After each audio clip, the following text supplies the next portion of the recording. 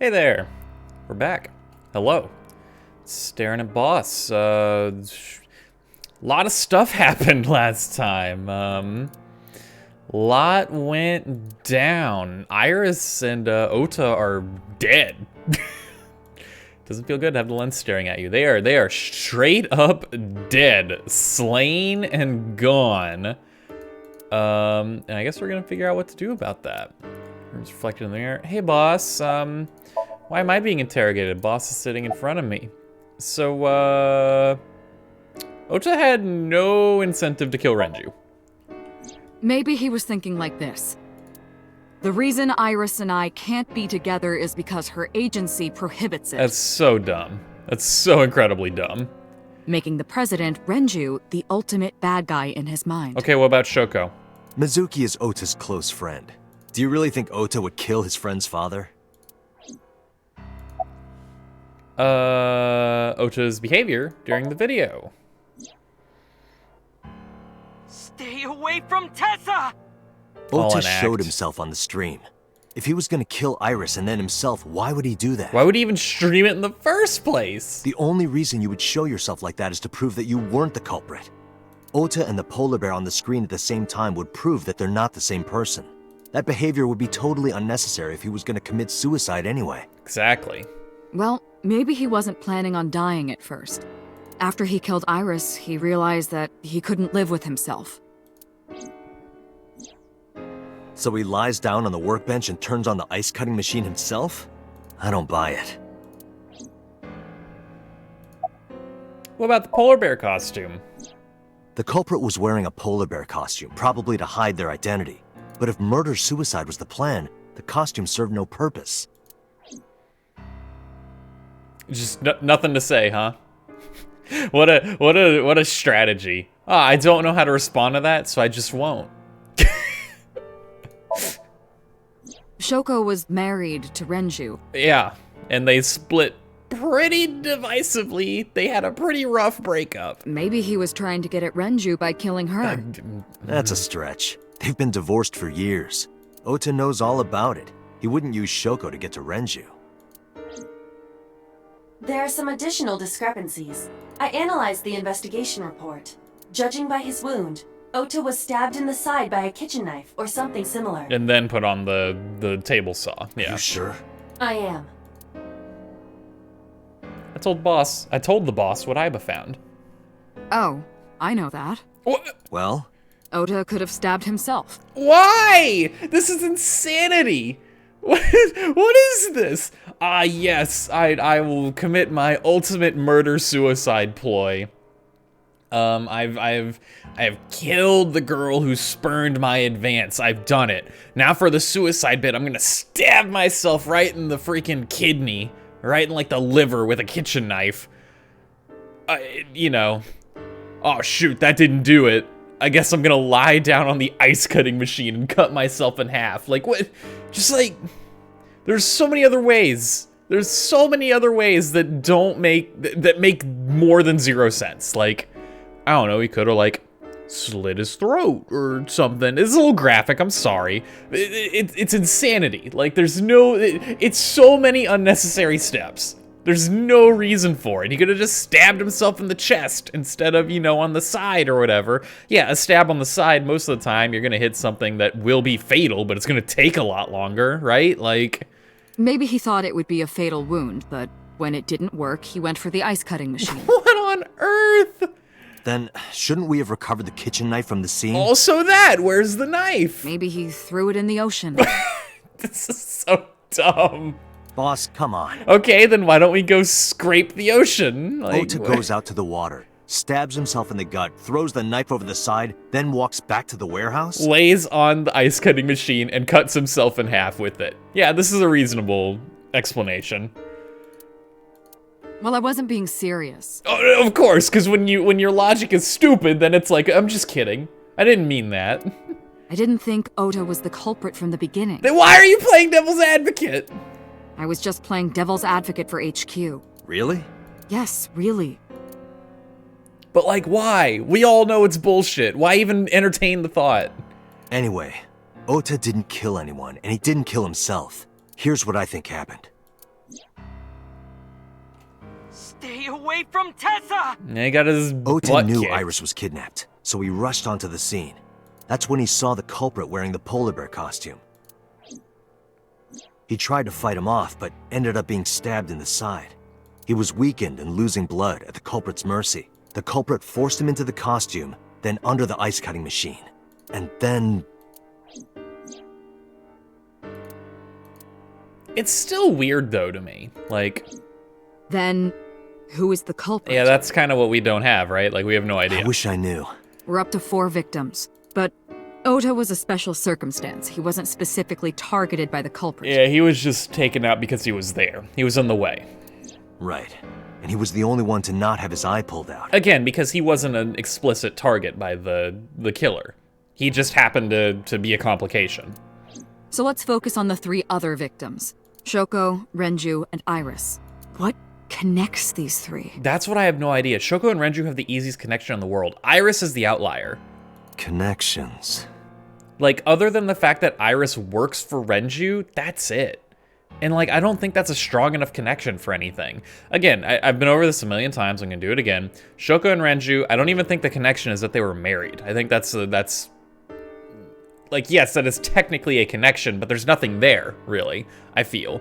Why would you kill some lady and then I have visualized, like, a diagram in my mind, and I'm pointing at it with my cursor, is how this diagram is set up in my mind. There's nothing there. I'm sorry. So you're gonna see these, like, movements and me, like, pointing like this during this explanation. I'm so sorry. It's not gonna make any sense. But, why would you kill Shoko first, right? Under the pretense to maybe get at Renju because they were married years ago and they split in a very ugly manner. Like, clearly if your goal is to get at Renju because you have something against him and you're killing him for that reason and you're like, I'm gonna make you suffer before you die, right? You have to have something against him. And you have to at least know him enough to have something against him. So surely that they would know that these two split off in a pretty ugly manner. Like, things did not go well. So why target Shoko first is my question. Well, I don't know, maybe the deal was against Shoko and then Renju was second? I don't know, the only connection I think that makes any sense to me is the fact that they were both connected to the Kumakuras. The gang, right? They both had weird, shady deals going on with the gang. Now, Sosajima also had weird, shady deals going on with the gang, and Sosajima was the killer in the other routes. I don't buy it, though. Like, it's still weird to me. Because what on earth could Shoko and Renju have done with the Kumakuras that would have pissed Sosajima off enough to have them killed? Right? Because I don't think it's the Kumakuras that are doing the killing.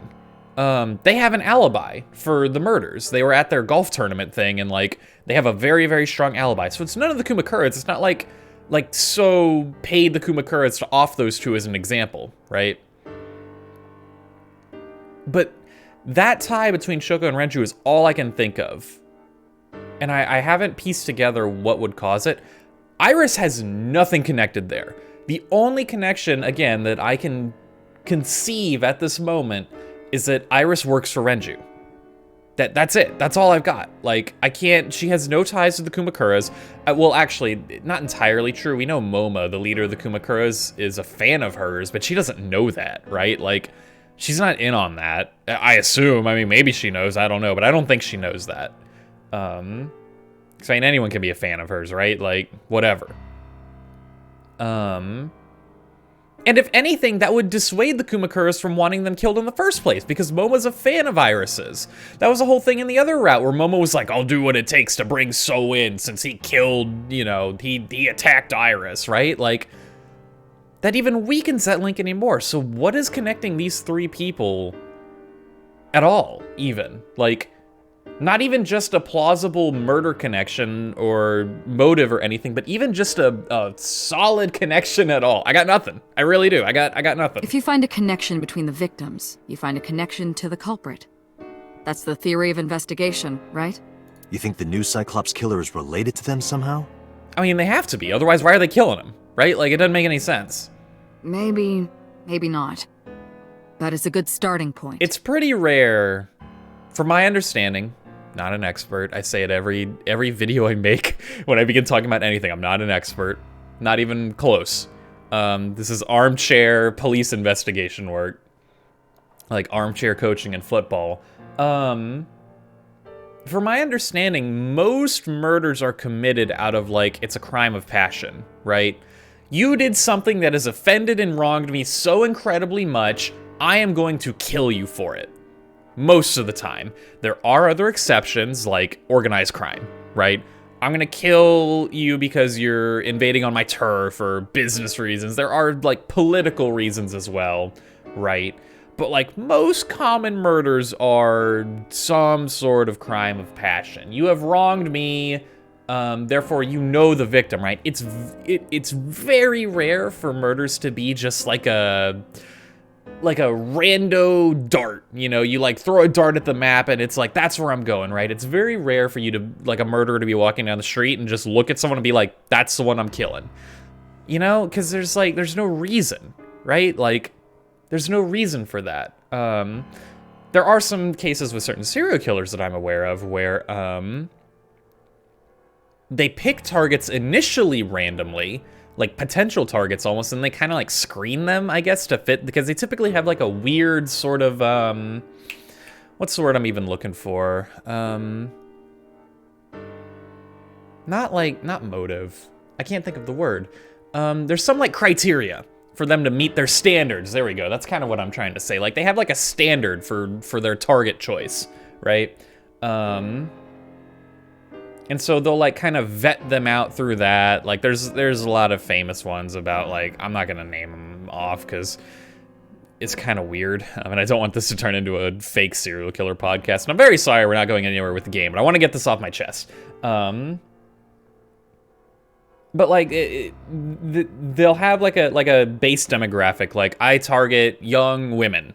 And then, I don't know, the killer will go to like a bar and, you know, meet up with rando young women, and they'll kind of talk to them for a while, and then they'll find out, like, you know, then they have like more bullet points that they kind of go through and check out. And then typically in that process, they can also find out, like, oh, you're alone, you don't live with anyone, or you ran away from home or something. So it's like, no one's gonna miss you if you disappear, no one's gonna come looking for you for a while. You come back, you know, and they're very charismatic in this situation most of the time. Then they're like, all right, well, why don't you come back to my place, yada yada. Bam, you're done, right? You're dead, etc., etc. But it's still, like, there are situations from what I understand, where they will try and, like, meet and vet with people, and then it's like, you're not my type, right? And then they just let that person go. We haven't... I guess there could be a chance where the new Cyclops killer is like that, where they are trying to vet through people to meet some criteria, but for that, in those situations, typically the people are very random. They just have similar characteristics or personality traits. Shoko, Renju, and Iris are connected enough that I don't think that's the case. But they're also not connected enough for there to be a solid motive between them. Like, it's not like they're all three young women, like in the original Cyclops killer case, where they were all young women, right? Shoko, I'm gonna assume they're middle-aged. I don't actually know how old Shoko and Renju are, so we'll just say middle-ish age, roughly Date's age, so like early to mid-30s, I think is how old he is. It's not really middle-aged, but still. Not, like, I wouldn't say that's like a young person, right? Early teens, or late teens, early 20s. Shoko, early 30s, woman. Renju, early mid-30s, man. Iris, 18-year-old girl. You know, like, there's not enough connecting them. And their personalities are all over the place, right? Like, Renju is a very cold, kind of cerebral, calculating businessman, you know? Shoko was insane. She clearly had some sort of past trauma. Lady was crazy. All we really know about her was her bad relationship with Mizuki from that other line. And then Iris was like a weird internet idol. I don't know. I'm moving on. I'm taking too much time here. I'm moving on. I'm thinking too much about it. Oh, good God. Renju and Shoko's daughter, Mizuki? Mizuki has the strongest connections with all three victims. That's true. Mizuki's friends with Iris, and then Shoko and Renju are her parents. But, like, what, are we trying to say Mizuki's the killer? That's stupid. That's actually the dumbest thing I've ever heard in my life. Shoko and Renju were her parents, and she was close friends with Iris. Could someone be trying to get at her? I don't know. She was good friends with Ota, too. Oh, that is true as well. But again, I think Ota was just kind of eliminated because he was there. I don't think he was really targeted. That's why I could never believe Mizuki would kill all 4 of them. No, there's no way Mizuki's the killer. Could someone be trying to get at her? Again, maybe, but like, why? You know, Mizuki's not old enough to have made, like, strong enemies like that, I feel, right? Like... Thinking of her as a suspect is ridiculous. Yeah. That's insanity. Ota's mother, Mayumi. I'm just going through the obvious ones and it's Mayumi had not. motive for killing Iris and Renju.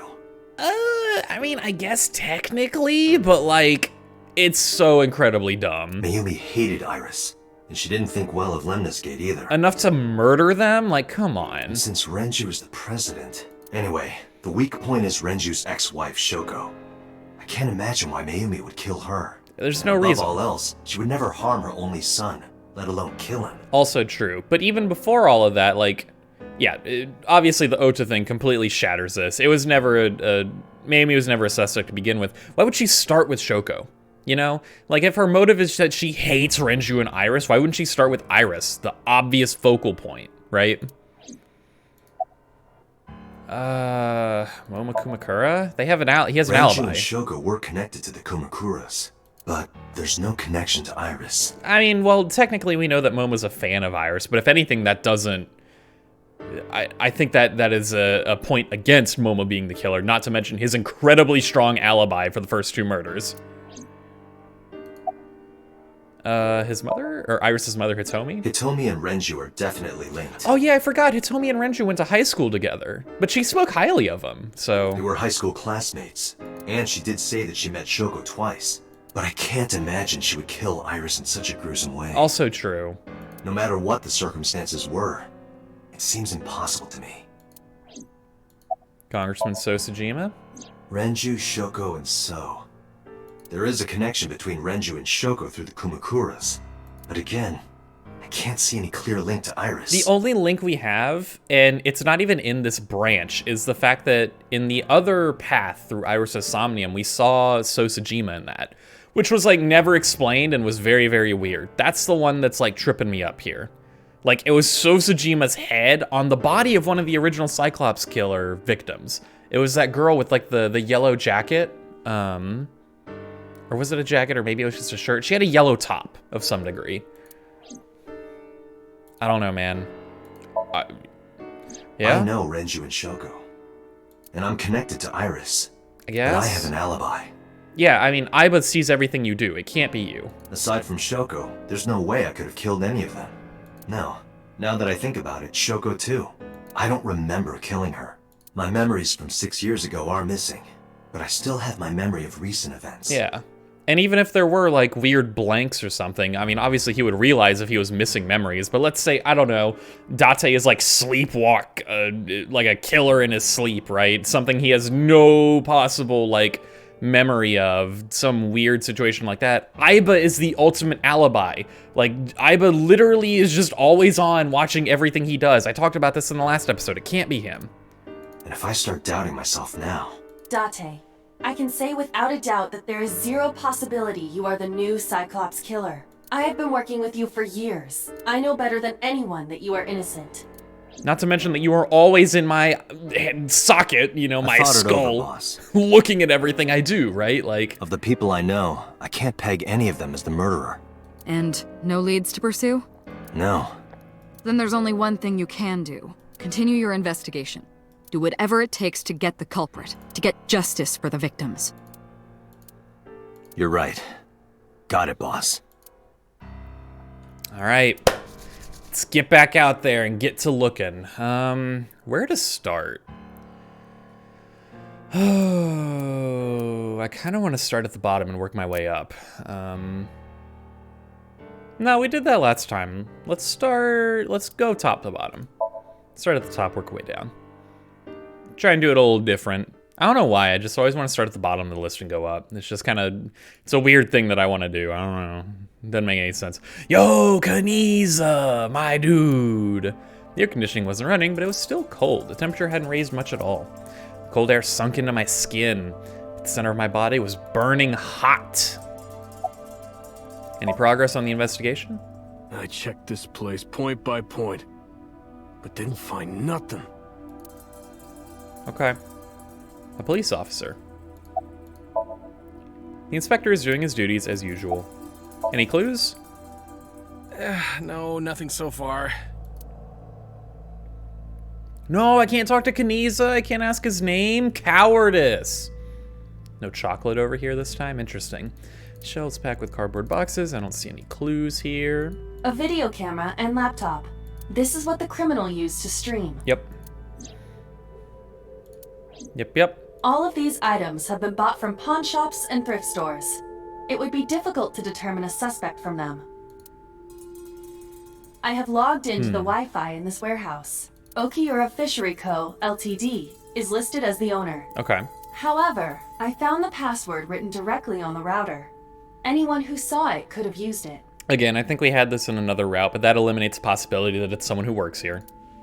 Or, well, it could still be someone who works here, but that means that anyone could have done it. It doesn't have to be someone who works here that would know the Wi-Fi password. I have done some research. As the name suggests, the company is owned by the Okiuras. The same Okiuras we know. Renju's father created the company. Another connection to Renju. No, actually. Currently, Okiura Fishery has nothing to do with Renju. The company has been managed by office representatives for the past 17 years after Renju's father died. Yeah, he has no shares. Renju holds no shares and is not involved in the management. In short, Renju did not inherit the company from his father, and it was instead given to other persons.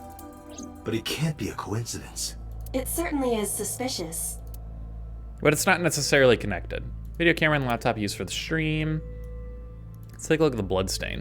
Is this Ota's blood? I mean, surely. Evidence marker, the little marker to put up, yada. There's a cardboard box on the floor. There's nothing inside it. There are only a few items on the shelf. Is this warehouse not in use? Which is weird. Like, what is this place used for? One of the freaking, there's nothing particularly suspicious. One of the forklifts is literally frozen to the floor. Like, what's up with that? Iris and Ota's blood. Right here. Iris and Ota were... I am sure you are already aware of Ota's time of death. Just before I arrived. About 3:30 in the morning. And the cause of death. Being cut in half. Right, about that. Ota had a stab wound from a kitchen knife in his side. Oh, was he dead before? Was that actually a fatal wound and then they cut the cut in half was post-mortem? Correct. What was the exact cause of death? Was it the knife wound or... I cannot determine that. I can conclude that the knife wound was at least close to being fatal. Even if Ota was still alive on the workbench, he was certainly on the verge of death. If he weren't already extremely weak, we would expect to see more signs of struggle. So there's a chance that he was already dead on the workbench, but he was effectively dead. So I mean, like, there's not really a big difference between the two, I feel, in that case. If the stab wound was essentially fatal, then there's no difference between putting Ota on the workbench to finish him off with the ice cutting machine versus putting his body on the workbench to cut it in half, right? Like, it's clearly a ploy to try and throw them off the actual suspect to be like, oh, it's a weird passion murder-suicide, right? Maybe Ota was trying to help Iris, jumping at the criminal. That led to a scuffle, and Ota ended up with a knife wound in his side. He lost all his power to fight back. He was forcibly put inside the costume and finally cut open by the ice cutting machine. But why? Why did the culprit put the costume on Ota? Again, to make it look like he was the one doing this, I guess? That's the only reason I can think of. Unknown. And it also destroys any evidence, right? Because, I mean, like, let's say, because the killer has to get rid of the costume somehow, right? They gotta dump it. I guess in theory they could throw it into the ocean, but I imagine the costume would float, right? I don't know. I'm not sure how heavy a polar bear costume is. This way, if he puts Ota inside the costume and cuts him in half, there's no way you're gonna be able to gather any... I imagine you can't gather any DNA evidence off of it at that point, right? Because it's gonna be covered in Ota's DNA from when he was inside it and all the blood and everything. It's effectively destroying it, I imagine. Iris and Ota were sliced in two by this ice cutting machine. Iris and Ota. Iris's estimated time of death and cause of death have been confirmed. I mean, we saw it live on stream in 4K, like... The video was not a recording. It was a live stream, filmed in real time. I still don't understand why it was streamed. That's the thing that makes no sense to me. Why was all of this put on camera? Because Shoko and Renju were displayed, right? They were put out in like a public display, but that was way after they were killed. Like, they were killed somewhere else and moved there. Why on earth was this one streamed live? Which means Iris's time of death is 3:20 a.m. Iris also had her left eye removed. Yeah. Yeah. And like Renju and Shoko, Iris's left eyeball has not been recovered. Wait, didn't we find out that... Oh, I think Date, we should get moving. Officers from the local jurisdiction are checking the warehouse thoroughly. We will not find anything of importance here. Yeah, you're right. You can ask CSI to inform you if they find anything. All right. There's more I want to look at. Nice cutting machine, a forklift. I don't see anything special about This it. forklift is old. It does not appear to be functional. It has not been moved in some time. Forklift. Tire and floor are covered with a layer of ice. Oh, I can look at the workbench again. Iris and Ota's bodies aren't here anymore. Right here, Iris and Ota were killed. Inspector's doing his duties as usual. I'm heading out. Let me know if you find anything. I let them know, then left the warehouse.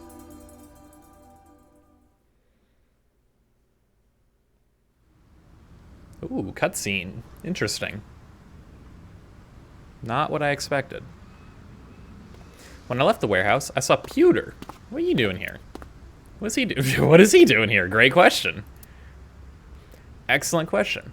He walked up to me while I was trying to work it out. Date, I have to talk to you about something. Okay. Huh? What's up, Pewter? About the original Cyclops serial killings. Uh-huh. The killer was me. I'm aware. Why this all of a sudden? Because I want you to solve this case, Mr. Date. I want you to find who did this and bring them to justice. Reasonable. So, if I can help you, even a little. Why didn't you say anything at Abyss? The boss was there. Ooh. I couldn't speak openly in front of her. So, I decided to meet you here. Okay. All right. Let's hear it. Earlier, I told you that I was completely certain the original Cyclops killer couldn't have committed these crimes. Correct. I am absolutely certain the original Cyclops killer could not have committed these crimes. Because it's Date. Like, Let me explain why. oh, are we gonna actually get that reveal? I mean, I know it's Date. Like, it has to be. I shouldn't say I know, but it has to be. Like, the pieces all line up. Like, I'll start by telling you the identity of the Cyclops killer. Kaname Date. Although, it's more accurate to say, killers. That's not what I was expecting. What? More than one? In the first series of killings, the culprit had an accomplice. That's true. We did see two people in Iris' Somnia. When she was re-watching the Cyclops killings, there was Blue Man, the Blue Man group, and then there was also Redman. What's up with Redman? One of them was born a murderous psychopath. Okay. The other is Rohan Kumakura, the previous chairman of the Kumakuras. Interesting. Okay. Rohan's dead. He jumped off a building. He committed suicide, right? They each had a role to play. The murderer committed the homicide, and Rohan removed the eyeball. Why? It's real weird. Hologram barrier. I gotta look at everything real quick. There's gonna be nothing important. It's just gonna be like, yo, there's a freaking box back there, but I gotta do it. It's in my blood. I'm sorry. Stack containers. Oh, policeman 1. Oh, and then a policeman and policeman 1. What's policeman 2? Are you policeman 0? The OG? Water at Tokyo Bay. Warehouses all in a line. Oh, the cold storage warehouse. Bulkier Fishery Cold Storage Warehouse. I think that's everything. Oh, the mooring post, a bollard, a pillar to moor a ship, duh, otherwise known as a mallard. Everyone knows that, duh. All right. Peter looks grimly serious. Hey, it's telling me about a killer. Why did the Cyclops case get classified? That, I don't know. The details of the original Cyclops serial killings case have become nebulous over time. Which now that we have it, it's this girl. This was the girl whose body, it was her body, but she had Sosajima's head in that first run of Iris's Somnium. Which, like, what even on earth, dude? How does she know what she looks like from the neck down? And how did Sosajima's head get on it? I don't get it, man. That's the weirdest one to me. Even the official investigation material contains nothing of value. I am unable to draw any conclusions from them. You really have no idea? If I did, I would tell you. I believe Pewter. He's pretty up and up. About Rohan. 18 years ago, Rohan took a woman's eye. Okay. She was already dead. He put his finger into her eye socket and gouged it out. Jesus Christ. The reason why was simple. He was fascinated by women's eyes. That's absolutely horrific. Their beauty stimulated his greed and his desire to possess them. He needed to have them, to make them his own. See, this kind of stuff is what I was talking about, in that, like typically if serial killers don't, or well, not even serial killers, typically if killers don't have a specific, like, you know, it's not a crime of passion where it's like, you wronged me, I'm gonna kill you. It's something like this that Target selects, right? In Rohan's case, he was absolutely fascinated and loved women's eyeballs, and so he needed them, I guess. Driven by this instinctive impulse, he took the woman's eye. From then on, he acquired a grotesque obsession with the eyes of dead women. It's real weird. He was very particular about his need that the eye belonged to a deceased woman. But even being the head of a Yakuza gang, there weren't too many opportunities for him to indulge.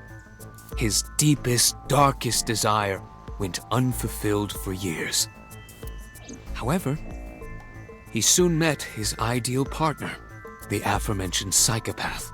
The Cyclops killer would commit the murder, and Rohan would take the eye. Okay, so the killer just wanted to kill people. Rohan was the one who was interested in taking the eyeball. Then why is the current killer... It can't be the same duo. We know Rohan's dead. And I'm pretty sure the psychopath is Kaname Date. I'm pretty certain of this. I'd say I'm like 95% certain. So why is the new killer doing both things? Because, I mean, obviously it can't be the same pair. Kaname Date is under constant surveillance by Aiba. Rohan is literally dead. Thus, a mutually beneficial relationship was established. This was the origin of the Cyclops serial killings. At about the same time, you were assigned to Abyss. Whoa, wait a minute. Maybe it's not Date, though. So about the time these killings started, Date was assigned to Abyss? Not when they ended. That's a very, very important detail, because that would completely shatter my theory that Date was the original killer. If he started working at Abyss when the serial killings started happening, right? Like, if they started at the same time, then it can't be him. I guess not necessarily, though, because Aiba wasn't in the picture yet. So I guess it's possible that he could have been working there as an investigator and still the killer. But I think Date's memories start when he started working at Abyss. So he would remember being the killer, right? I don't know. Maybe I am a bad guy this whole time. I'm not opposed to that. That'd be kind of cool. So who's the psychopath? He was born with a brain dysfunction. Okay. Due to damage to the posterior pituitary gland, he was unable to properly secrete oxytocin. Okay, so basically, I know a smidge. I know very, very little about some of this stuff. What this essentially means is that, to my understanding, oxytocin, it's one of the chemicals, one of the primary chemicals that is responsible for feelings of joy, feelings of happiness, you know, a sense of accomplishment from things. So what he is saying is that, I imagine where this is leading, I guess is what I'm trying to say, because I could just click and it'll be explained. But I want to show off the little things that I think I know. Where I imagine this is going to go is that they're going to say that the killer couldn't find happiness from doing normal things, right? Like I don't know, having a good meal makes me personally happy. He could eat a good meal and not feel anything, right? You know, like he doesn't get the same types of, he doesn't get any joy from things that normally give people joy. But I imagine that since they said it is unable to properly secrete oxytocin and not unable to at all, he probably gets that rush from, you guessed it, murder. Oxytocin is a peptide hormone linked to feelings of love, affection, and trust. Okay, I was pretty close. It is colloquially referred to as the love hormone. It causes a tranquilizing effect which improves mood and relieves stress. It is normally secreted when the body makes contact with an object of affection, such as an embrace or caress. Okay, I wasn't quite as close as I thought. I was a little off, but I mean, same line, right? I'm sure you know what this implies, but he was unable to feel love in the way that we do. However, he was able to experience a substitute. Murder. His brain was wired in such a way that allowed him to feel satisfaction through other means. Due to the unique idiosyncrasies of his brain, he was able to release large amounts of dopamine and endorphins. Okay, no, yeah, that's where I was wrong, yeah. These are the happy drugs. These are not drugs, but the happy chemicals. These are the ones that give you that rush, right? Completely wrong. Ignore everything I say. Who'd have thought? Folon's not an expert on anything ever. I tried, all right? Look, it's been many a year since I took my one Psych 101 class. It's like 6 years ago or something at this point, at the time of recording. It was a minute ago. By performing a certain action. And even then, I didn't really pay a lot of attention. I got a good grade in there, but I mean, it wasn't in my major. It was an elective. What was it? Murder. Murder. Dopamine is a hormone linked to the reward system Yeah, there of the it brain. is. The pleasant feeling attained through accomplishment is dopamine. I got dopamine and oxytocin? I don't even remember how it's pronounced anymore. I got them flip-flopped. Endorphins are a kind of brain narcotic. They dull pain and create a feeling of happiness. He got pleasure from killing people? It's slightly more complicated than that. Killing people was the only way he could get pleasure. He was 12 when he took his first life. That enlightened him to the pleasure of murder, which he would do again and again.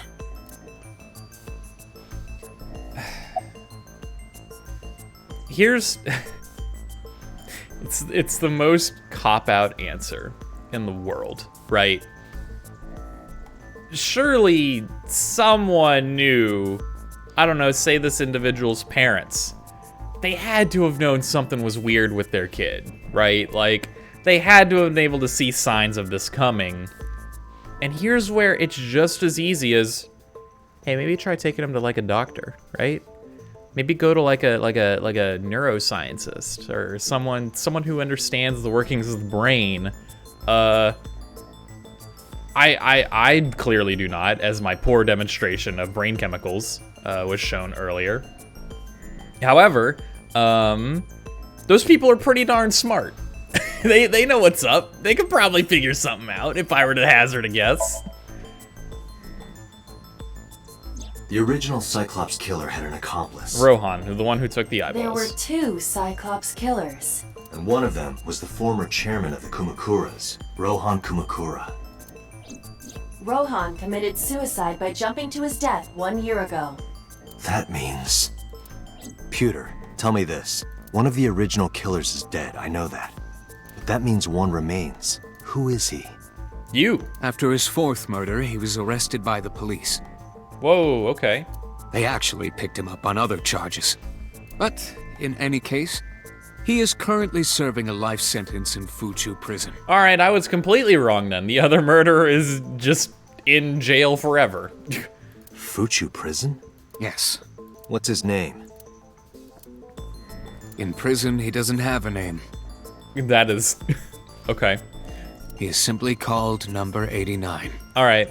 Yeah, let me guess, it's his prison number. Number 89. That's...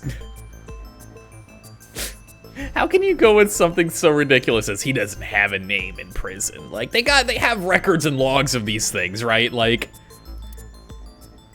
I know who killed Shogun Adami. Oh, yeah! This was a thing that happened. So, now you know why I said that. That the original Cyclops killer couldn't have committed these crimes. Because one is dead, and the other is behind bars. Reasonable. But why did Boss want to hide this? Neither of them had the opportunity. That's what's suspicious to me, is why was Boss so tight-lipped about it, you know? It doesn't add up to me. It doesn't make any sense. I don't know what I expect to find at Matsushita Diner, but oh good god, actually this is gonna be yikes. It was so quiet, I felt like I could hear the floating dust. I stepped inside. I thought it was empty, but I saw a shadow in the corner of my eye. It was Mayumi. It was like watching a decaying old tree cling pathetically to the earth. It's quite the analogy. Poor Mayumi. Oh, good God. I'm sorry, Mayumi. I have to look at everything in your shop. Standard procedure. You've seen me come in here before. Hey, Mayumi, can I order something to make you feel a little better? I don't know. Like, would that make you feel a little better? I'm not really sure. I'm trying to help. Now the poor girl literally has nothing. Like, her husband's dead. Ota's dead. That is horrible. Oh, it says good luck. Ugh, lucky cat statue. Nothing but a window to the walls. Calendar that the year's wrong. Clock that stopped moving. All right, let's dive. Oh no, look at the cushion.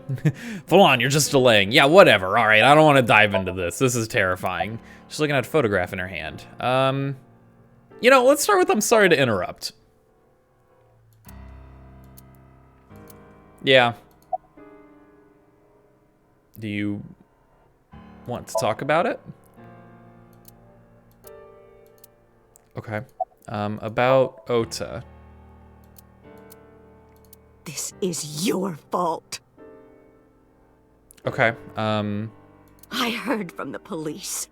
Because you didn't take care of Iris. My boy Ota got involved. I mean, it's a bit of a fallacy. I don't agree, but I'm not gonna push it because extreme grief can make you say some crazy things and make crazy connections. Date, I looked into the investigation report. Mayumi confirmed Ota's body early this morning. I see. I'm sorry. I want to be alone right now. Honestly, reasonable. Let's just leave. Did you not hear me? I said leave!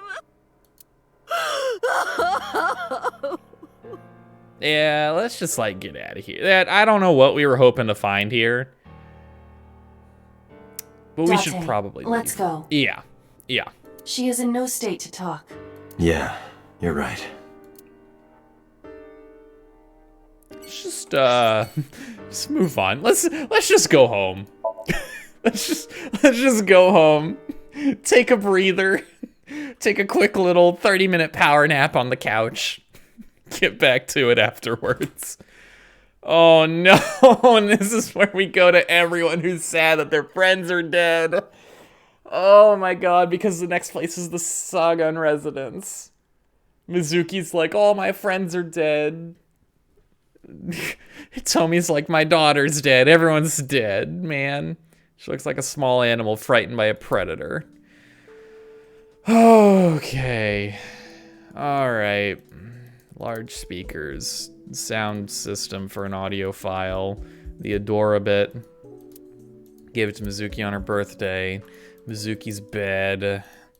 Coffee table. Got the rug. Mizuki's one-seater chair. The three-seat sofa in the center of the room. Seasonings and cooking equipment lying around. Got our frying pan and the pot. My refrigerator. Oven hood. Oh, there's a small window up here. Small window gets a little bit of light. Mizuki's favorite pipe. Her backpack. Our clothes rack. And the large windows, and oh, the workbench, the bench press. Yeah, that's all I can do to distract myself from diving into this one. Oh, the light and the door. Yeah, okay. Shocker. Oh, the cushion though. Cushion on the sofa. Mizuki's staring at the floor. Oh, lordy. About Ota. Yep. So, like, about Iris. Yep. About Okira Fishery Cold Storage Warehouse. Yep. Mizuki must know about Iris and Ota. Of course. The news was distributed heavily across the internet. Not just in Japan, but worldwide. 3 days ago, Mizuki discovered her mother's body. 2 days ago, her father's. And now her 2 best friends. This morning, 2 of her best friends. It is completely understandable that she is at her mental limit. Can I be left alone for a while? Yeah. Yeah. Are you okay? Yeah. No, you're not, but it's probably best to leave her be for a bit. She certainly didn't seem so, but I can't stay by her side forever. Aiba, contact Abyss. See if they can get Mizuki a good counselor. Understood. I stayed with her for a little while, but we didn't speak. Having nothing more to say, I left. Well, let's just get them all out of the way, why don't we? Just from one to the next. Oh boy. Hi. When I visited the Sagan household, I found Hitomi with a hollow look in her eyes. She led me in and asked me to sit on the sofa. I agreed and sat down. But after that, I couldn't say a single word. The heavy silence weighed on both of us. Whew, boy, okay. Front door, the shoebox. Wooden shelves. Counter a strange object on the shelf that looks oddly enough like an angel. I remember that reference. Don't think I forgot. Now's no time for jokes, though. Well, why are you looking for jokes in the environment, Folon? I'm looking for any sort of levity right now, alright? Leave me alone. Oh, well, you should be the one providing that with your content. Look, what do you want from me, alright? What do you want? You want me to be entertaining? I'm trying. I'm doing my best. Again, we zoom in on this picture. What's up with this picture? What's even going on here? Like, what is this actually here for? You know? Why are they all muddy? Like, why do they have halos? What is happening here? It's drawing on the wall. Okay. Telephone. Ring, ring, telephone. Oh, good God, it's the winter iris. Ugh. In the language of flowers, the iris means good news and hope. When I saw the flowers this morning, I just knew something good would happen. Yeah? Uh-huh. Are you sure? Because I'm not so sure. Iris. Poor kiddo. You can see the trees and sky outside. A planned speaker system. Yeah. Wait, any workbooks? No weird magazine? Steam is rising from the tea, coffee table. Tomi sitting on the sofa. Alright. Alright, we did it. We got my OCD out of the way. Hitomi is composed. She's hiding her sorrow deep in her heart. She's gentle, but strong. About Ota. Ota was one of my students. Oh. Yikes. I taught him in elementary school. I heard it from the police. Ota tried to help Iris and ended up... I don't know what to say. I have no words. Whew, boy. Okay, about Iris. Iris was my everything. Yeah, I'd believe it. We always went everywhere together. Whether it was buying clothes or going to the movies. You know, I'm pretty sure, like, really any parent in the world is gonna be upset by their child being killed. Or taking a walk. Or going shopping at the supermarket. When she was young, she would just hold one of my fingers. Aww. Her hand was too small to hold mine. Then it was 2, then 3. And finally she could hold my hand. That's really cute. But eventually, she left my hands altogether. She started crossing her arms, being independent. even though she needed constant attention growing up. Oh.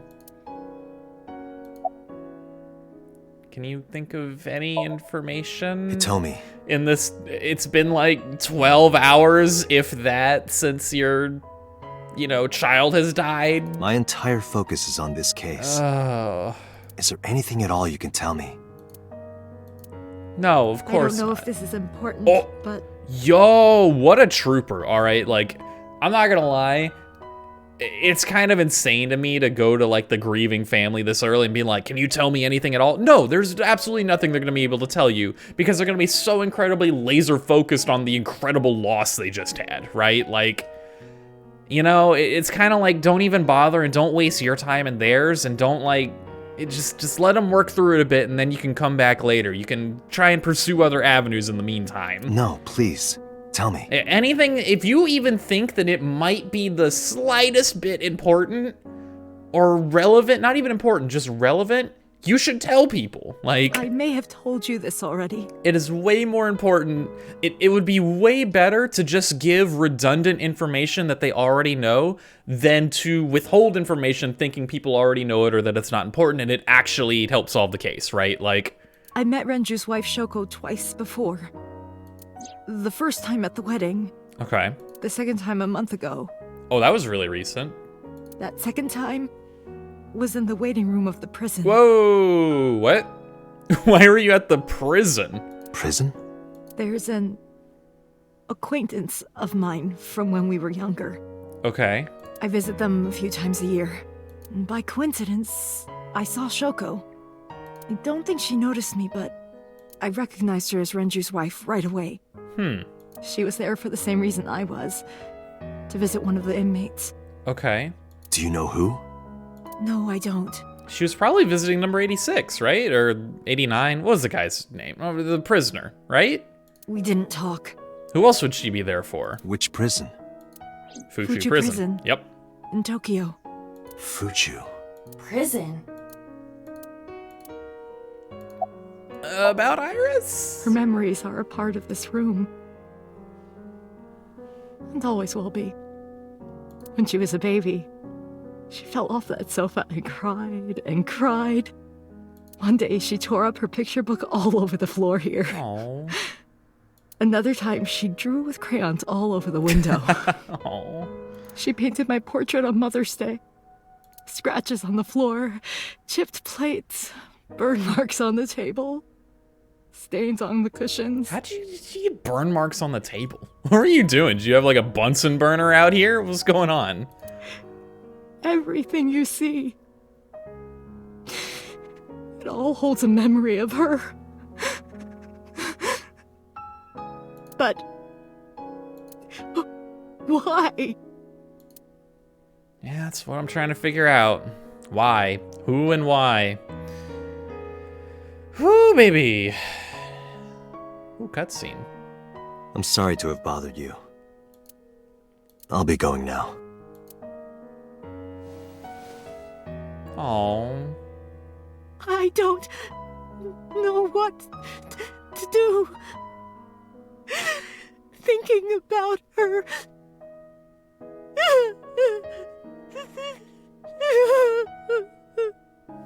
Dante, please, you have to catch them. We're trying here. Please. We're trying. We're doing our best, all right? I promise. I will. Yeah. Trust me. Let's go get him, Aiba.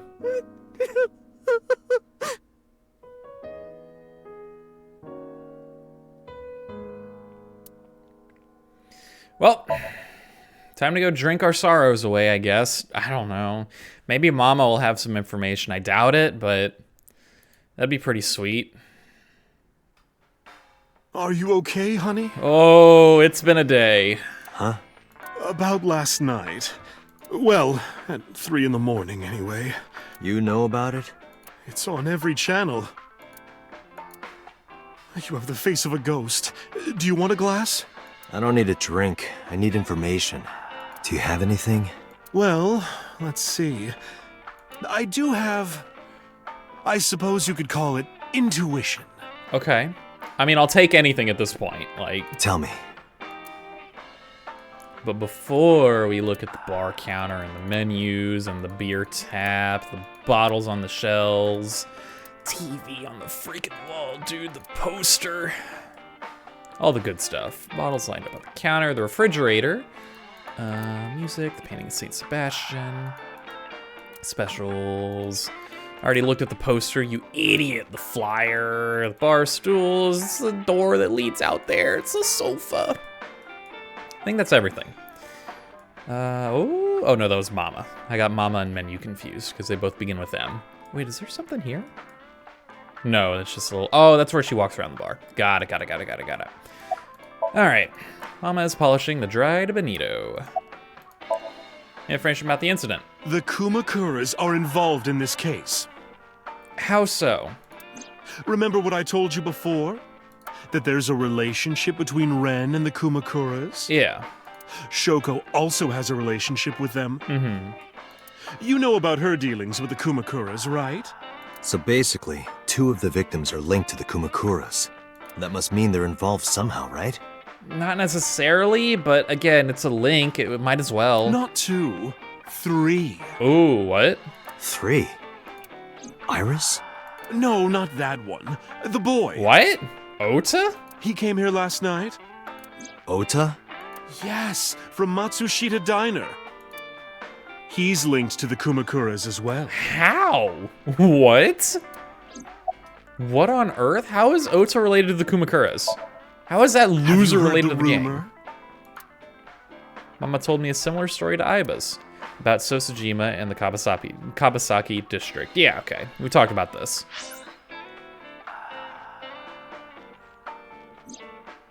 Basic idea is this. 8 years ago, So sold his land in the Kabasaki district for 30 billion yen. Half a year later, an explosion chemical plant caused the land prices to drop drastically. So bought the land back for 1 billion yen. Almost like he knew beforehand that the accident would happen. Did So blow it up or conspire to blow it up? Absolutely, as a means to gain a bunch of profit. No, that wouldn't make sense. No, it does. I've already explained this. I'm not doing it again. So wouldn't gain anything from that except for, you know, if the Kabasaki district got cleaned up, he would have basically doubled his equity for nothing. He would have gotten 29 billion yen in cash in his pocket, plus building up his equity back, therefore doubling his return for literally nothing. You know, 29 billion in cash, 1 billion in land. It's a net zero. Yeah, in the short term, you're not thinking long term, though. This is why So is a businessman. There's more to the story. That's So in the Kabasaki district. The Kumakuras own a handful of real estate companies. Okay. They, of course, look legit, with their Yakuza fronts. I'll call those real estate companies the KE to keep it simple for you. Okay. The KE followed in So's footsteps. What do you mean? They bought up land in Kabasaki. Okay. Interesting. Why? Now, back to So. Have you heard of the plans for the casino in Kabasaki? No. Probably, again, a way to drive up property value there, therefore, in the plan to double his money for nothing. So was the one who came up with it. Shocker, he wants his property to be worth something now. I was born and raised in Kabasaki. I remember the landscape of my childhood, and I loved it dearly. But look at Kabasaki now.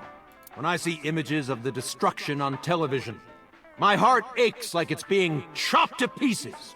But I promise you, I will revive the Kabasaki district at any cost. Yeah. Casino Town Kabasaki will give new life to the city. This is ridiculous. After that, So moved fast.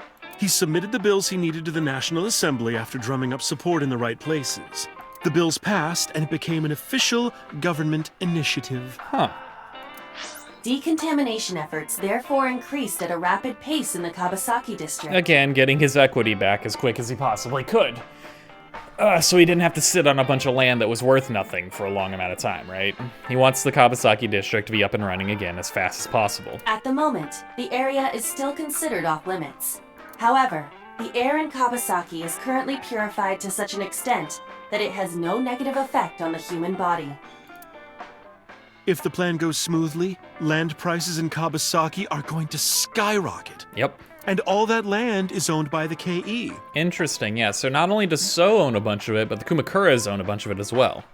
And by So himself. The land he bought back for 1 billion will be worth 10 times that soon. He's involved in some shady business. Yeah. This is just another rumor, but the chemical plant exploding was no accident. It was done intentionally. Yep. By So and the Kumakuras, you mean? But there's no hard evidence of that. It's just gossip. How does this tie Ota in, though? What about Ota and the Kumakuras? What were we talking about again? Ota and the Kumakuras. Oh, right. You know how Matsushita Diner is close to the Kabasaki district? Uh-huh. The chemical plant explosion made times hard. Yeah, they had to basically shut down. I mean, not even basically, they literally had to shut down. Foot traffic went down, sales declined. No wonder it closed down. Ota must hold a grudge. Someone caused that explosion. And if it was intentional, he'd hate them even more.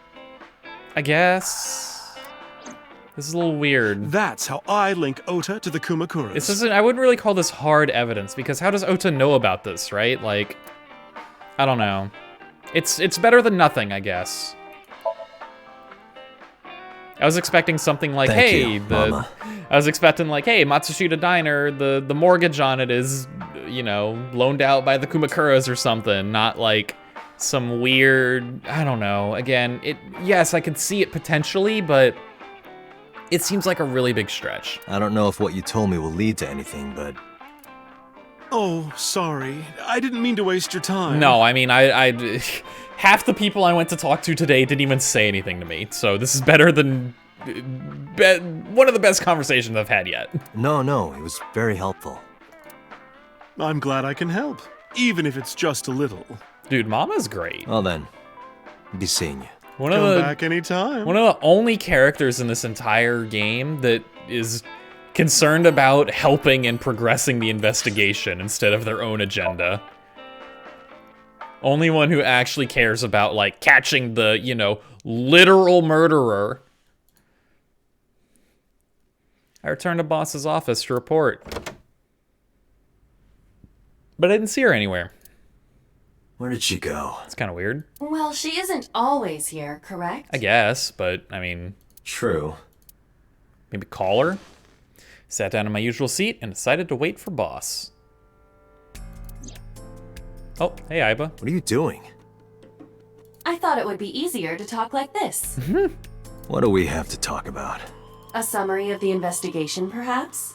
What summary? We don't have anything new. That's not true. Huh? I was curious, so I did some research about number 89. Okay.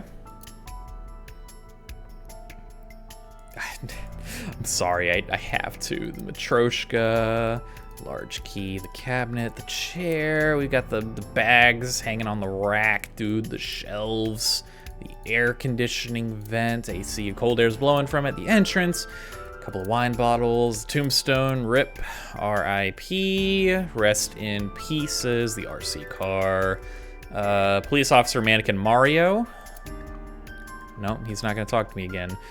Flag with big catch, soba restaurant curtain, soccer ball, volleyball, broom, the tanuki statue, the shogi piece, the coffee maker. Oh my god, why does the boss have so much stuff in her freaking office, dude? Oh my god, it drives me insane. I hate coming here because it's always the same stuff every single time. It always says the same thing, but I'm like, one day, one of these random objects is gonna have some different dialogue on it, and I have to investigate it, because if I miss out on that, I will lose it. I will lose my freaking mind if I don't look at absolutely everything every single time. Some pendants, some posters. We're almost done. I almost made it. The coat hanger, the Christmas tree, freaking lifesaver. symbol, the plaster figure of Julius Caesar. I don't know, it's not actually who it is, but it reminds me of those, the Roman busts. They did this so that way everyone in the Roman Empire would know what their leaders looked like, because that was an issue back then, right? They didn't have smartphones, so you didn't know necessarily what your king looked like. So they commissioned these, and they would put them around all the places so that, you know, again, it was kind of like a, I don't even know how to explain it. Like an ego thing, I guess. All right, we've looked at everything. Hey, Aiba. Let's look at you. She's sitting on the desk. To be precise, the image of Aiba sitting on the desk is being sent to my brain. So who's 89? As you know, he is an assassin with multiple confirmed kills. As I know, naturally. I thought he was just a serial killer. He is currently serving a sentence at Fuchu Prison. Okay. He was imprisoned 6 years ago. That's what Pewter told us. After his fourth murder, he was arrested by the police. Okay. What's his real name? Unknown. You don't know? No such person is listed in the family registry. It is possible he is a foreigner, but his nationality is unknown. However, I believe it is safe to say that he was born and raised in Japan. Why is that? Okay, never mind. What's the relationship? Or no, what about number 89 of the new Cyclops serial? No, what's his relationship with Shoko first? Let's do that first. Unknown. I cannot determine if they have any connection. Approximately 1 month ago, Hitomi Sagan witnessed Shoko in Fuchu Prison's waiting room. So when they were voice acting this game, how difficult do you think it was for them to read this and not say Hitomi Sagan, like Carl Sagan? Do you think that was like a struggle they had to retake it? That's why they like over enunciate Sagan? I don't know, I'm just something to think about, something I think of every now and then. I am unable to say for certain that the person she was there to visit was number 89. After all, Fuchu Prison houses 2,000 inmates. I don't know if that's a lot or a little for a prison. I have no idea. But number 89 knew Shoko's name. That is true. I know who killed Shoko Nadami. That must mean that he knew her somehow. It is possible. Oh. Alright. And new Cyclops serial killings. Pewter claims that there were 2 culprits behind the original serial killings. One was the former chairman of the Kumakuras, Rohan Kumakura. Makes a lot of sense to me. But Rohan committed suicide last year. That leaves 1 culprit still alive, number 89. But number 89 couldn't possibly have committed these crimes. He was in jail when each of the murders occurred. Correct. However, I do not believe it is accurate to claim that he had nothing to do with the incident. Why exactly? I know who killed Shoko Nadami. Oh yeah, because he knows. Okay, so he knows something, clearly. If he was telling the truth, his involvement is possible. Let's go talk to number 89. Let's talk to number 89. I don't know if he's telling the truth or if he's full of it, but he's our last remaining loose end. All right. However, we need not go to him. We can bring him to us. True. If we plan on syncing with him, it would be more efficient. Can you arrange that? I can. Yo, nice. After cutting through some red tape, number 89 was to be brought to HQ. He took considerable time to arrive, but for some reason, Boss never showed up. Kind of weird. What's Boss doing? Normally she's all about these, you know? She's hanging out in the room with me and stuff. What's going on, Boss?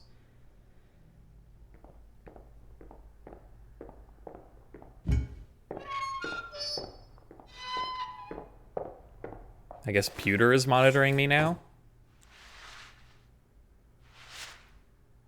Hello there.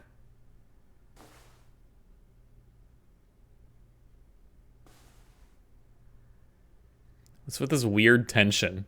What's going on here? Okay.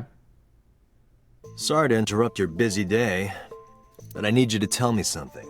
I'd appreciate your cooperation. God, he looks so incredibly smug.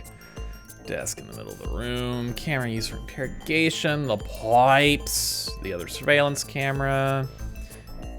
Nothing new on those pipes. We got the mirror that reflects, and I can't look at Pewter. I want to talk to Pewter, though. He's pretty cool. Number 89 is sitting in front of me. What's your name? Number 89. Your real name. I don't remember. What do you mean you don't remember? What? Okay. Where are you from? Burkina Faso. Burkina Faso is a republic in West Africa. Population 17 million. Okay. I don't have time for your jokes. Do you know Shoko Nadami? Ooh, you're the original Cyclops killer, aren't you? That's right. I was one of the culprits behind the case 6 years ago.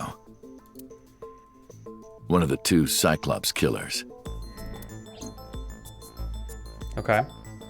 Do you know Shoko Nadami? Yeah, I guess I do. About a month ago, Shoko visited Fuchu prison. Was she visiting you? Was she there to see you? That's right. What did you talk about?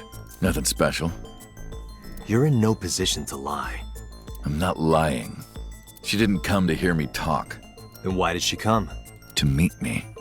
Meet you? She probably just wanted to see me. Why?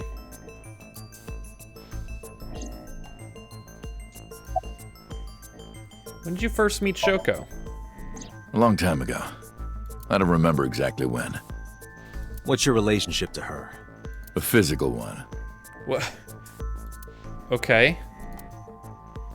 I'm kidding. She was just a business partner. Okay.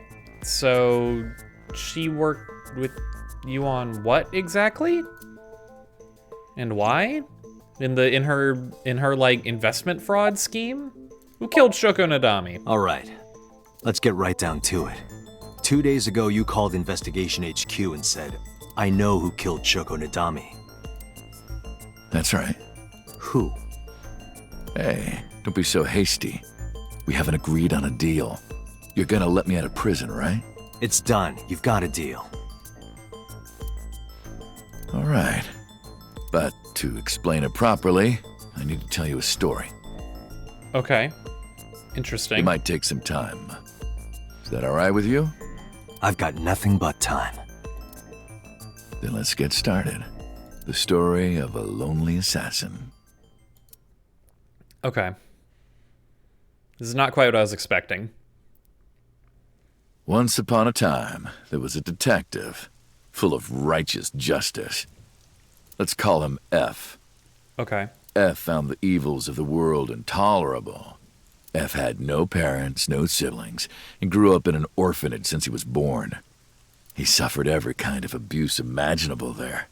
It led him to despise all the evils of the world. Okay. One day, F was chasing a thug down at the harbor. Someone wanted for the assault and murder of women. Okay, I get it. What? I'll just throw down my knife. Here. And you lower your gun. It's fine. I got nothing else on me. I'll go quietly. You know, I have a history with hospitals. I've been going to a special hospital for a while. Okay. Even if I get caught, it's all good. Oh, it's gonna be one of these where it's like, so there's a very similar plot in, for those anime watchers out there who know that I'm into the animus, the weeb garbage, there's a very similar character in JoJo's Bizarre Adventure, Part 5, who was a police officer. I guess spoilers, like kind of minor-ish spoilers, but still spoilers nonetheless, who was a police officer who turned gangster, basically, because working as a police officer, they were like, there's no point, because every time we catch a criminal in like organized crime, like his whole job, this whole thing was he wanted to clean up like organized crime, and he was like, every time we bring someone in and they just go to court, they pay a ton of money for like the ritziest, slimiest, greasiest lawyer imaginable, and they get off scot-free. So, like, there's actually no point in me arresting people. They just get right back out there. So instead, he turns vigilante, right? And says, I'm gonna do things my way. That's exactly what's gonna happen here.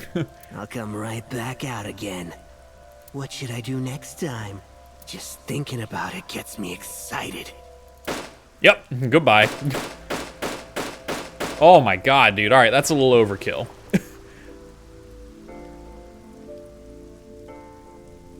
The culprit was unarmed, but F never served a day in prison. The case went to trial for some time, but it was determined to be self-defense, and he was declared innocent. If the truth got out, it would be a huge scandal for the police. Yeah, and honestly, like, if you're in like a lonely warehouse district right here, it's kinda hard to prove otherwise, right? Like, who's to say that, you know, the guy didn't start rushing him with the knife and he dropped it, you know, after he got shot a bunch, you know? Like, if nobody saw what exactly happened, it'd be very easy to say, he started charging me with the knife, so I shot him. You know? So I just shot him till he stopped moving, you know?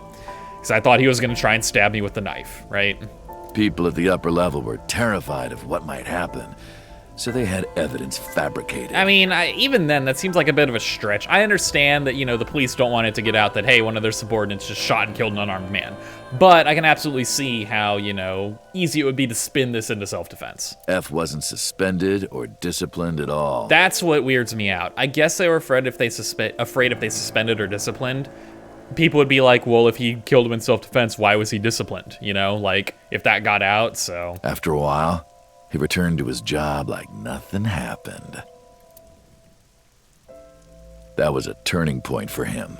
He was ready to shed the morality that was weighing him down, holding him back. It's like this weird vigilante Punisher-esque stuff that's going on here, I guess. F still wanted justice, and he was willing to dispense it to the immoral one by one.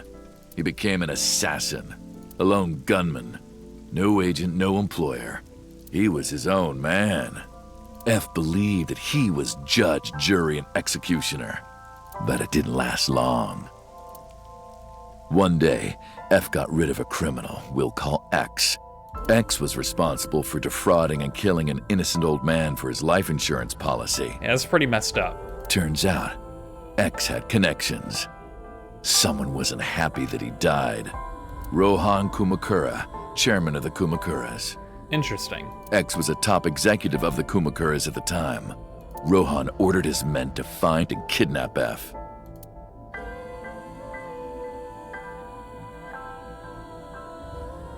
I've done some research. I know you've cleaned up at least 18 pieces of scum from this earth. But somehow there hasn't been a single criminal investigation. They're all treated as suicides, accidents, or natural causes. Amazing work. I'm impressed. How about you work for us?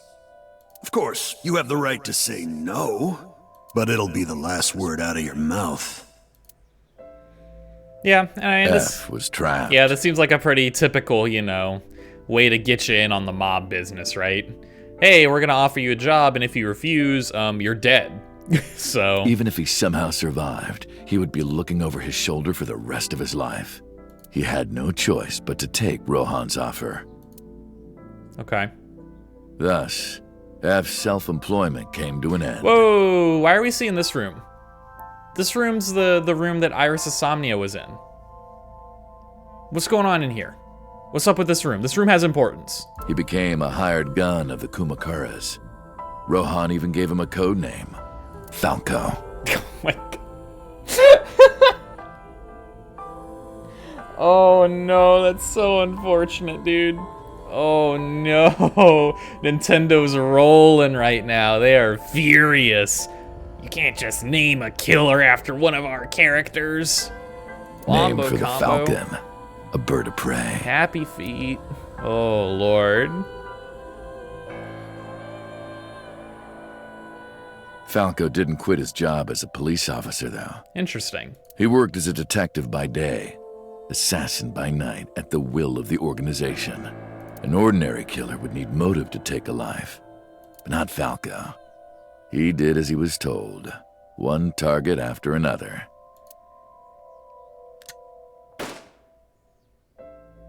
It didn't take long to destroy his heart completely. Yeah, that's reasonable. Time passed, and a few years back, Falco, who by this time was exhausted in body and spirit, made a fatal mistake. He missed his mark and ended up taking a bullet to the stomach. Somehow, he managed to escape.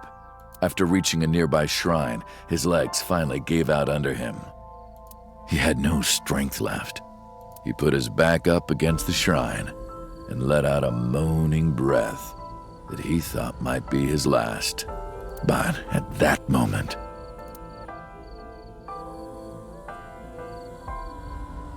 in his darkening vision, whoa! He saw a woman approach him. That's a Tomy sweater. Hello? He watched her take out her phone and dial for help. At the same time, he heard footsteps. Footsteps of at least 2 people closing in. He knew immediately that they were after him.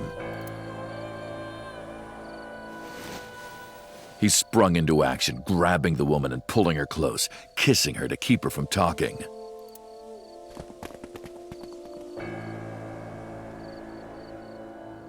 That was the first encounter between Falco and the woman.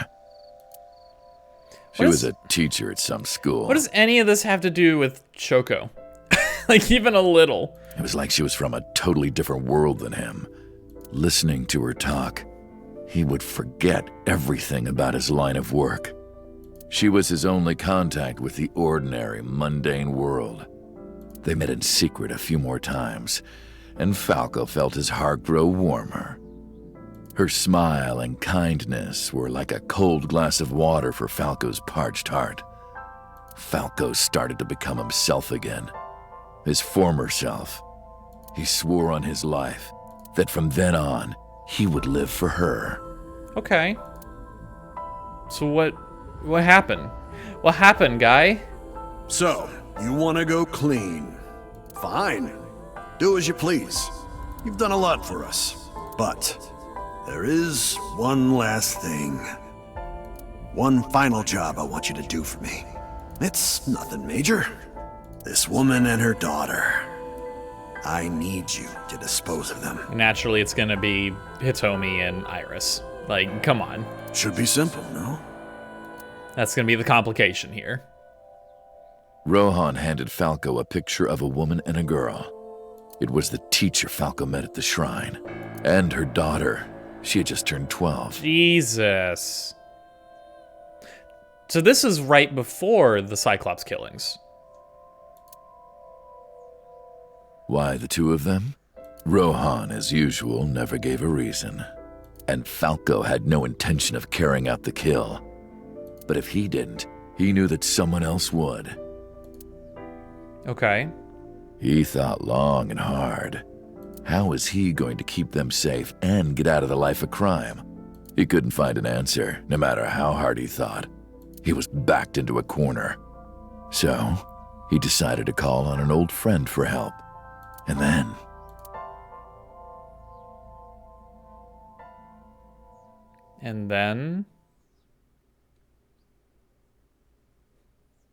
silence. For some reason, he wouldn't open his mouth again.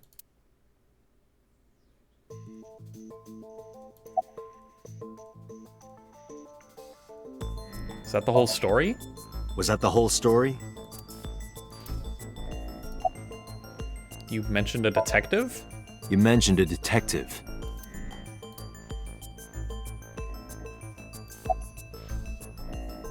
Why'd you stop? Why did you stop? It's a connection between that and Shoko. What's the connection between that and Shoko? Okay. Answer me, loser. Hey, answer me. This is a transaction, remember? Until I get a guarantee that you'll uphold your end of the bargain, I'm not telling you anything else. All right, you know what? That's pretty fair. Why would he tell his entire story and give all his information away before he's guaranteed that he's gonna get to go free? You know what? That seems reasonable. I'll give you half up front, half later. If you want to hear the rest of my story, you better start the release procedures.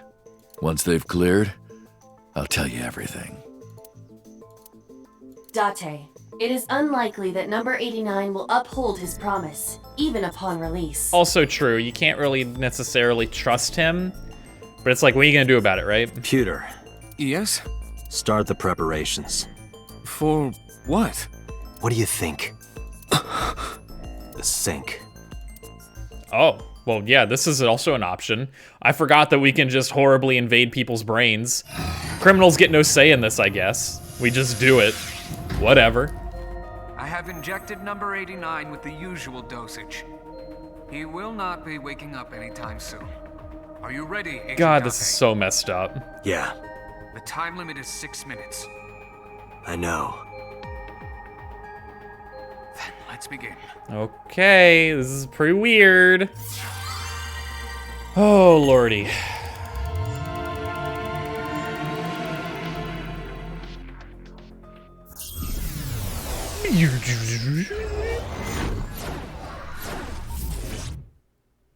I am mortified as to what's going to be inside this man's brain. Oh. This is much more normal than I was expecting. Oh, this is, what's her name? Sup? This is Tommy's house. All right, hear me out. I'm gonna end it here. I think this is a good ending spot. Episode went on a little longer than I intended. I got kind of wrapped up in it. Oh, well, your ranting at the beginning didn't help. Yeah, well, yeah, blah, blah. Anyway, thank you for watching. Let me know how I'm doing in the comments. As usual, I love feedback. I want feedback. Please tell me things that I can do better. Tell me things that you like that I'm doing so I can do more of it. Yada, yada, etc. Watch my other videos if you like what I'm doing. If this is your first time seeing this game, I highly recommend you going back and watching my playthrough of it. It's really, really good, and I love this game. Also, pick it up for yourself. I left the link in the description to the Steam page for it, so you can pick it up and go through it yourself. Anyway, thank you again for watching. Have a good rest of your day. Have a good rest of your night. Have a good rest of your month. At the time of recording this, we're going into December here soon. So yeah, that's it. Thank you. Bye-bye.